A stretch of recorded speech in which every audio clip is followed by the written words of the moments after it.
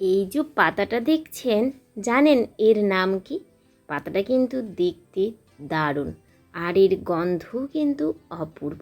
খুব ঝাঁঝালো গন্ধ বিশিষ্ট একটি গাছ এটি। পাতাগুলো প্রচুর পরিমাণে ঝাঁঝ রয়েছে। দেখুন, গাছটা আমি নার্সারি থেকে নিয়ে এসেছি মাত্র 30 টাকা দিয়ে। আর এটাই আজ আমি লাগিয়ে নেব। তার জন্য একটা টব নিয়েছি। টবের নিচে ড্রেনেজ সিস্টেম আগে থেকেই ছিল, তাই ওপর দিয়ে দিয়ে দিয়েছি কিছু শলা। এবার তার মধ্যে দেব মাটি। যেহেতু এখন বর্ষাকাল, মাটিগুলো সব ভেজা ভেজা শক্ত শক্তই রয়েছে, তো ওরকম মাটি আমি কিছু দিয়ে দেব।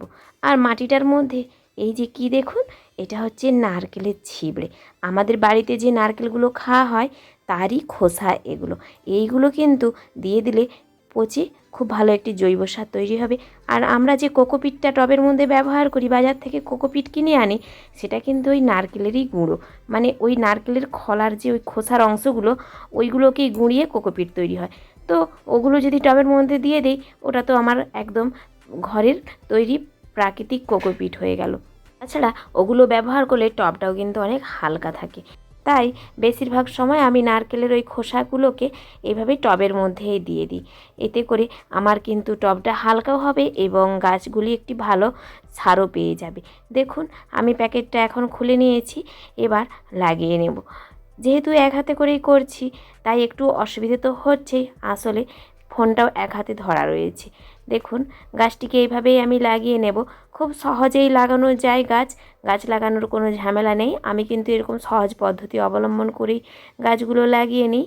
এই দেখুন, এইভাবে কিন্তু আমি পুরোটা ঢেকে দেব না। ওই যে গোড়াটা পুরোটা ঢেকে দিলে কি হবে, এই বর্ষার সময় প্রচণ্ড পরিমাণে বৃষ্টি হয়। এত বৃষ্টিতে আমি যদি পুরো গাছটার গোড়াটা মাটিতে চাপা দিয়ে দিই, তাহলে বৃষ্টির জলে গাছটির গোড়াটি পচে যাওয়ার সম্ভাবনা থাকে।